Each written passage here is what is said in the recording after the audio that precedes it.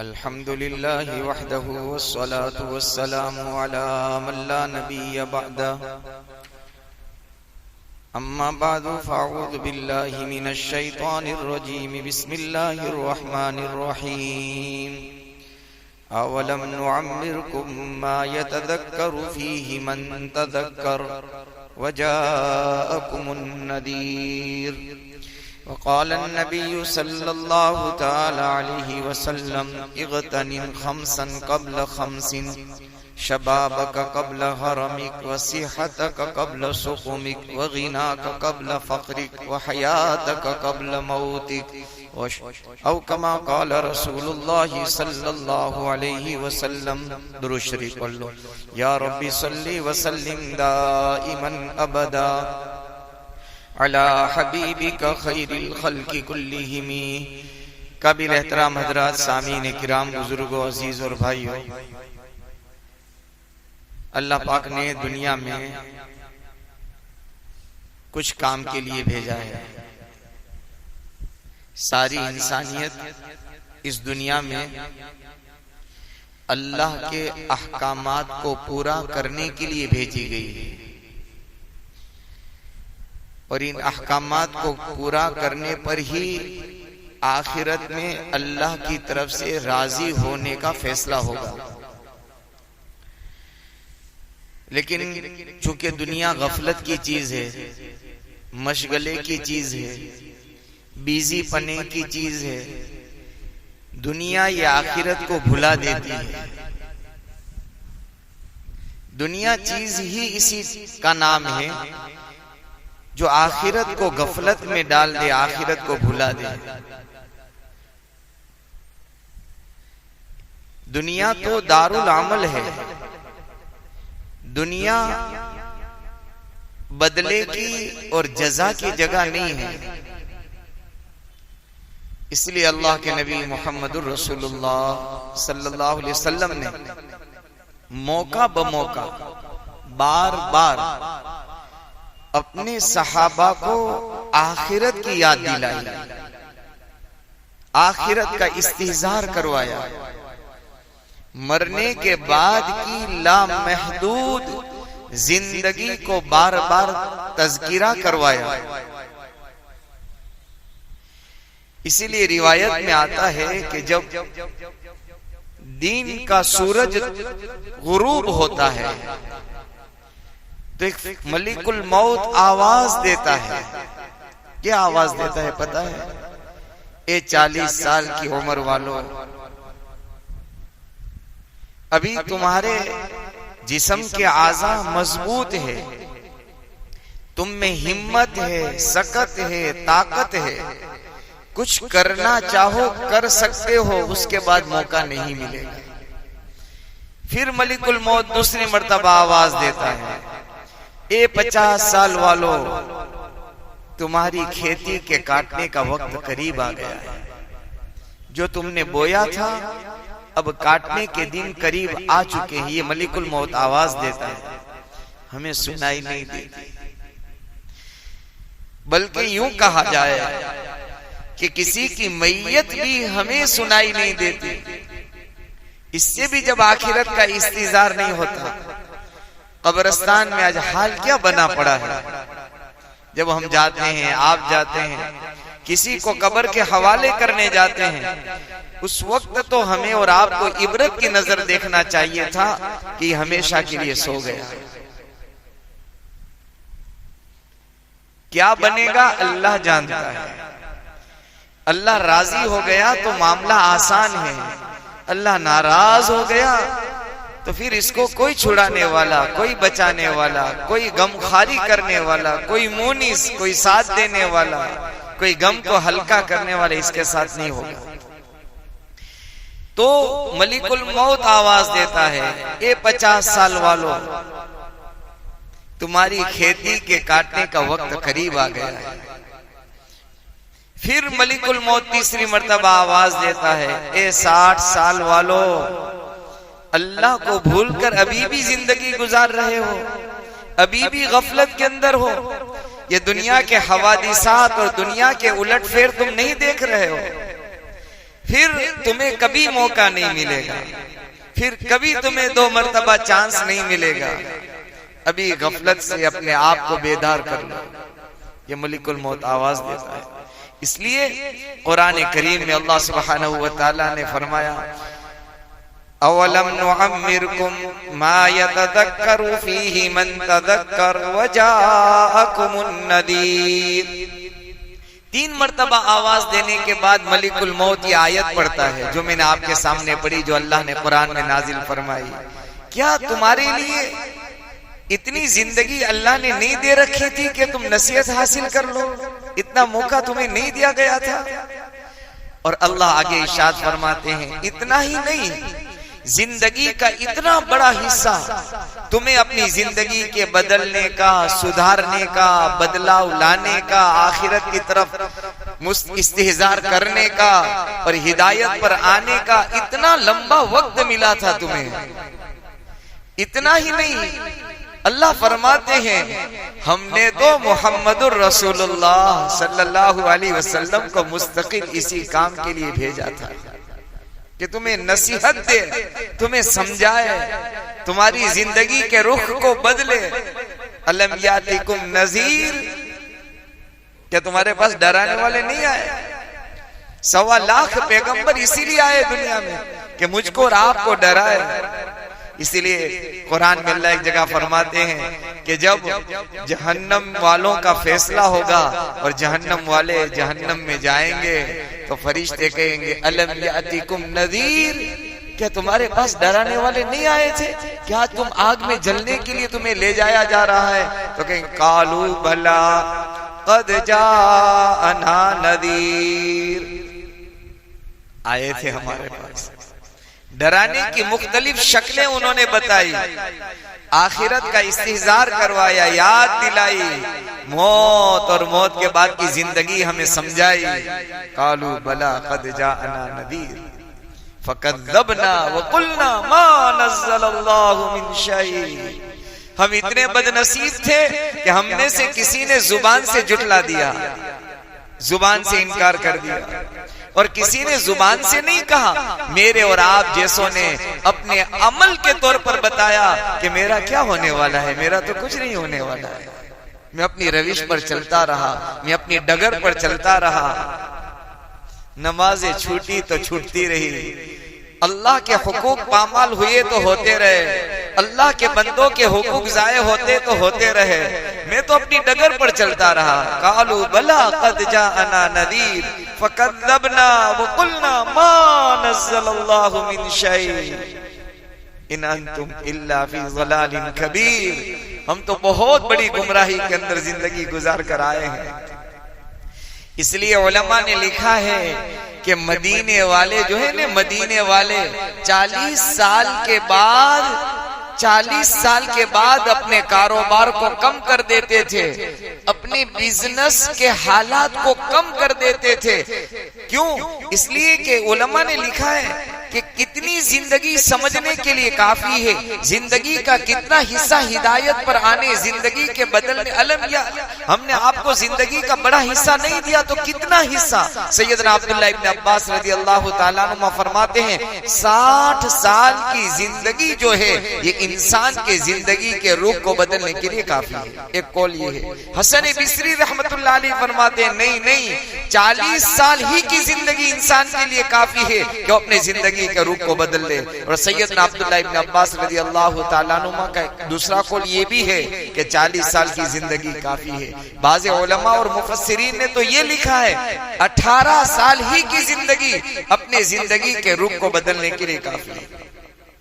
18 سال کی زندگی مل گئی، اس نے فرمایا اولم نعمرکم، ہم نے آپ کو ایک ایسی زندگی نہیں دی جس میں آپ بدلاؤ لاتے، سدھار لاتے، زندگی کو بدلتے، تو کتنی زندگی؟ تو بعض علماء فرماتے ہیں کہ 18 سال کی زندگی۔ پھر بھی 40 سال کی زندگی تو ایک معنی رکھتا ہے۔ میرے نبی محمد الرسول اللہ صلی اللہ علیہ وسلم نے تو فرمایا کہ میری امت کے آخری دور کے انسانوں کی عمر 60 اور 70 کے درمیان میں ہوگی۔ 60 اور 70 کے درمیان میں یہ دنیا سے چلا جائے گا۔ بہرحال عرض میں کرنا چاہ رہا تھا، علماء فرماتے ہیں کہ مدینے والے 40 سال کی زندگی کے اندر اپنے دنیا کے معاملات، بیزی پن اور دنیا کے اندر اپنی جتنی ضروریات زندگی ہے اس کو کم کر کے آخرت کی تیاری میں لگ جاتے تھے۔ بعض علماء نے یہ بھی لکھا ہے کہ مدینے والے 40 سال کی زندگی میں اپنے بستر کو لپیٹ لیتے تھے اور زندگی کا بڑا حصہ عبادتوں میں گزارتے تھے۔ ہم میں سے بہت ساروں کے 35-40 کے قریب تو جا رہے ہیں، کوئی 50 کو پہنچ رہا ہے۔ یہ مضمون میں نے سوچا کہ یہ مضمون شروع کروں، اللہ کرے زندگی کے 50 سال گزر رہے ہیں، آخرت کی تھوڑی سی تیاری ہو جائے۔ اسی لیے سیدنا داؤد علیہ نبینا علیہ السلام نے ایک مرتبہ ملک الموت سے کہا کہ آپ تو آنے سے پہلے کوئی نوٹس تو دیتے نہیں ہو، دنیا کے اندر تو معاملہ ہے، دنیا کی عدالتیں پہلے نوٹس ایشیو کرتی ہے، پھر وارنٹ نکلتا ہے، پھر گرفتار کیا جاتا ہے، تم تو دھڑام دے کر سیدھے دروازے پر آ کر پکڑ کر لے جاتے ہو۔ تو ملک الموت نے یہ جواب دیا، اے اللہ کے نبی داؤد، بہت ساری نوٹسیں بھیج دیتا ہوں، اس کے بعد وارنٹ نکلتا ہے، پھر گرفتاری ہوتی ہے، پہلا نوٹس تو میرا یہ ہوتا ہے آنکھوں کی بینائی کم ہو جائے، چشمے آ جائے، سننے میں آگے پیچھے ہونے لگے، گھٹنوں میں درد ہو اور کرسی پر بیٹھ کر نماز پڑھنے کے مواقع آ جائے، یہ کچھ بھی نہ ہو تمہارے گھر میں نواسے اور پوتے کھیلنے لگے۔ یہ ساری نوٹسیں ہیں، یہ سارے نوٹسیں ہیں، پہلے نوٹس ایشو ہوتی ہے، اور اس سے بڑی نوٹس تو یہ ہے کہ یہ مرنے والا اپنے سے پہلے مرنے والوں کو قبر کے حوالے کرتا ہے۔ سب سے بڑا نوٹس تو یہ ہے اس کے لیے کہ تو کسی کو حوالے کر رہا ہے، اب ایک دن تجھے بھی حوالے قبر کے کیا جائے گا۔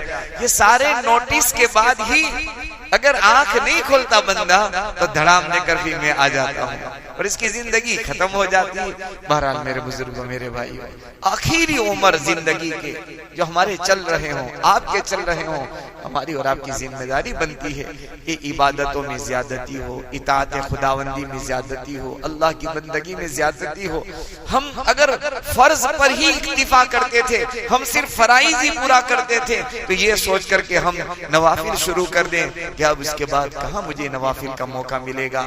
زندگی کے 40 سال، 35 سال، 30 سال کا بڑا حصہ، اگر میرے نبی محمد صلی اللہ علیہ وسلم نے فرمایا ہے کہ 60-70 کے درمیان زندگی ہوگی، میری امت کی عمریں ہوگی، تو 30 اگر گزر گئے تو آدھے باقی ہے، 35 گزر گئے تو 25 میرے باقی ہے، 40 گزر گئے تو 20 میرے باقی ہے۔ اب 20 سالہ زندگی کے اندر میں اپنے اللہ کو راضی کرنے والے اعمال کر لوں۔ نبی کریم صلی اللہ علیہ وسلم نے فرمایا 5 چیزوں سے پہلے غنیمت سمجھ لو۔ اس میں ایک فرمایا اپنے مال کو فقیر بننے سے پہلے آپ اس کو غنیمت سمجھ لو۔ واقعہ لکھا ہے، میاں بیوی دونوں خلوت کے اندر شادی کے بعد اپنی زندگی کے حسین دن گزار رہے تھے، دونوں کھانا کھا رہے تھے، پیار و محبت کے ساتھ بیٹھے ہوئے تھے۔ دروازے پر کسی فقیر نے آواز دی، اللہ کا سائل ہوں، اللہ کے نام پر لینے آیا ہوں، کچھ دے دو۔ شوہر بڑا درد دل رکھنے والا تھا، کہا ہمارے کھانے ہی میں سے تھوڑا اس سائل اور فقیر کو دے دو۔ پردے کے اندر جاؤ، اس فقیر کو دے کر کے آؤ۔ اس نے نقاب اوڑھا، پردہ کیا اور دینے کے لیے جب دروازے پر گئی تو کیا دیکھتی ہے کہ وہ اس کے دروازے پر جو کوئی آیا تھا اس کو دیکھ کر یہ رونے لگی، اس کے رونگٹے کھڑے ہو گئے، بے چین ہونے لگی۔ دے دیا، کانپتے ہاتھوں سے دیا۔ واپس آئی یہ خاتون تو شوہر دیکھنے لگا کیا ہوا، ساحل نے تیرے ساتھ کوئی غلط معاملہ کر لیا، کیوں رونے لگی، کیوں کانپ رہی ہے؟ تو روتے کانپتے ہانپتے کہہ رہی ہے کیا بتاؤں، میرے در پر، میرے گھر پر، میرے یہاں جو مرد آیا تھا فقیر بن کر، یہ میرا پہلا شوہر تھا، میرا پہلا شوہر تھا، اسی نے مجھے طلاق دی تھی اور زندگی کے حالات بدلے، بہت زیادہ ہم خوش خرم زندگی گزار رہے تھے، کوئی غم ہماری زندگی میں نہیں تھا، بڑا مال اللہ نے دیا تھا، بڑا اللہ نے نوازا تھا، تو کیا ہوا؟ کیسے زندگی کے دن پلٹ گئے؟ تو کہا ایک دن ہم دونوں اسی طرح کھانا کھا رہے تھے، میرے در پر ایک سائل نے آواز دی کہ اللہ کے نام پر آیا ہوں، اللہ کے نام پر کچھ دے دو۔ تو میرے شوہر نے یوں آواز دی، ارے ایسی خلوت میں، عیش و آرام کی زندگی میں تو کباب میں ہڈی بن کر آ گیا، شرم نہیں آتی؟ ڈسٹرب کرنے لگا۔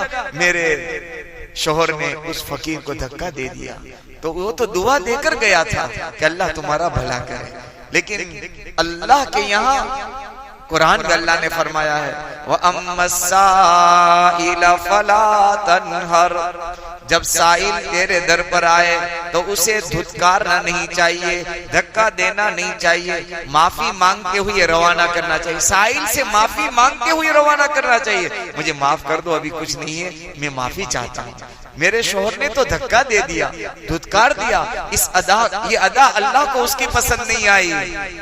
چند دن میں ہمارے حالات بدل گئے، وہ امیر سے فقیر بن گیا، کروڑ پتی سے روڑ پتی بن گیا، دینے والے سے مانگنے والا بن گیا، ہمارے گھر کا گزار پورا نہیں ہو رہا تھا۔ اس نے مجبور ہو کر کہا کہ اب میں تجھے اپنے نکاح میں رکھ نہیں سکتا، مجھے اپنے کھانے کے لالے پڑ رہے ہیں، پورا کرنا، گزر بسر کرنا مشکل ہو رہا ہے، بخوشی میں تجھے طلاق دیتا ہوں۔ اس نے اپنے نکاح سے جدا کر دیا، پھر آپ کے ساتھ میرا نکاح ہوا۔ تو وہ شوہر رونے لگا، کہا جو دروازے پر فقیر بن کر آیا تھا میں ہی تھا، اللہ نے میرے حالات بدل گئے، آپ کے ساتھ میرا نکاح کروا دیا، یہ تیرا شوہر تھا، اللہ نے اس کے حالات بدل دیے۔